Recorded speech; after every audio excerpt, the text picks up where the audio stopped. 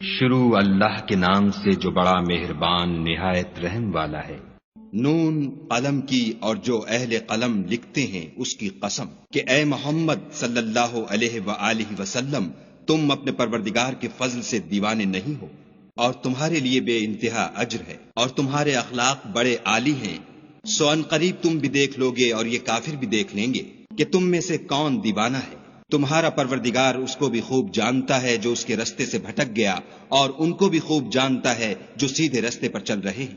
تو تم جھٹلانے والوں کا کہا نہ ماننا۔ یہ لوگ چاہتے ہیں کہ تم نرمی اختیار کرو تو یہ بھی نرم ہو جائیں، اور کسی ایسے شخص کے کہے میں نہ آ جانا جو بہت قسمیں کھانے والا ذلیل اوقات ہے، طعن آمیز اشارتیں کرنے والا، چغلیاں لیے پھرنے والا، مال میں بخل کرنے والا، حد سے بڑا ہوا بدکار، سخت خو اور اس کے علاوہ بدذات ہے، اس سبب سے کہ مال اور بیٹے رکھتا ہے۔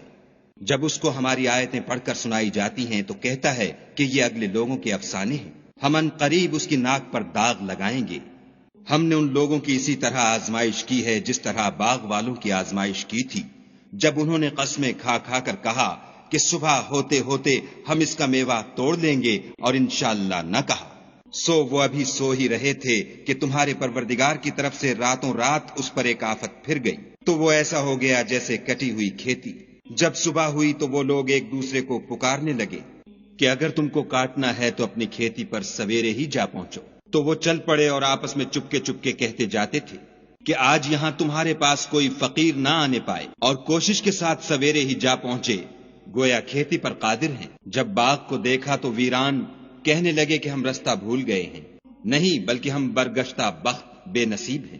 ایک جو ان میں فرزانہ تھا بولا، کیا میں نے تم سے نہیں کہا تھا کہ تم تسبیح کیوں نہیں کرتے؟ تب وہ کہنے لگے کہ ہمارا پروردگار پاک ہے، بے شک ہم ہی قصوروار تھے۔ پھر لگے ایک دوسرے کو رو در رو ملامت کرنے، کہنے لگے ہائے شامت، ہم ہی حد سے بڑھ گئے تھے۔ امید ہے کہ ہمارا پروردگار اس کے بدلے میں ہمیں اس سے بہتر باغ عنایت کرے۔ ہم اپنے پروردگار کی طرف رجوع لاتے ہیں۔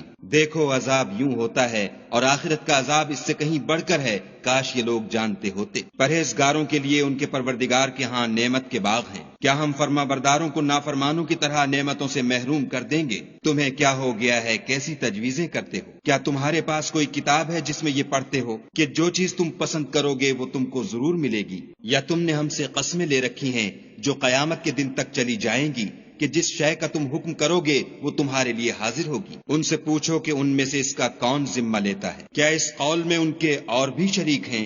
اگر یہ سچے ہیں تو اپنے شریکوں کو لا سامنے کریں۔ جس دن پنڈلی سے کپڑا اٹھا دیا جائے گا اور کفار سجدے کے لیے بلائے جائیں گے تو وہ سجدہ نہ کر سکیں گے، ان کی آنکھیں جھکی ہوئی ہوں گی اور ان پر ذلت چھا رہی ہوگی، حالانکہ پہلے اس وقت سجدے کے لیے بلائے جاتے تھے جبکہ صحیح و سالم تھے۔ تو مجھ کو اس کلام کے جھٹلانے والوں سے سمجھ لینے دو، ہم ان کو آہستہ آہستہ ایسے طریق سے پکڑیں گے کہ ان کو خبر بھی نہ ہوگی، اور میں ان کو مہلت دیے جاتا ہوں، میری تدبیر قوی ہے۔ کیا تم ان سے کچھ اجر مانگتے ہو کہ ان پر تاوان کا بوجھ پڑ رہا ہے، یا ان کے پاس غیب کی خبر ہے کہ اسے لکھے جاتے ہیں؟ تو اپنے پروردگار کے حکم کے انتظار میں صبر کیے رہو، اور مچھلی کا لقمہ ہونے والے یونس کی طرح نہ ہونا کہ انہوں نے خدا کو پکارا اور وہ غم و غصے میں بھرے ہوئے تھے۔ اگر تمہارے پروردگار کی مہربانی ان کی یاوری نہ کرتی تو وہ چٹیل میدان میں ڈال دیے جاتے اور ان کا حال ابتر ہو جاتا۔ پھر پروردگار نے ان کو برگزیدہ کر کے نیکوکاروں میں کر لیا، اور کافر جب یہ نصیحت کی کتاب سنتے ہیں تو یوں لگتے ہیں کہ تم کو اپنی نگاہوں سے پھسلا دیں گے،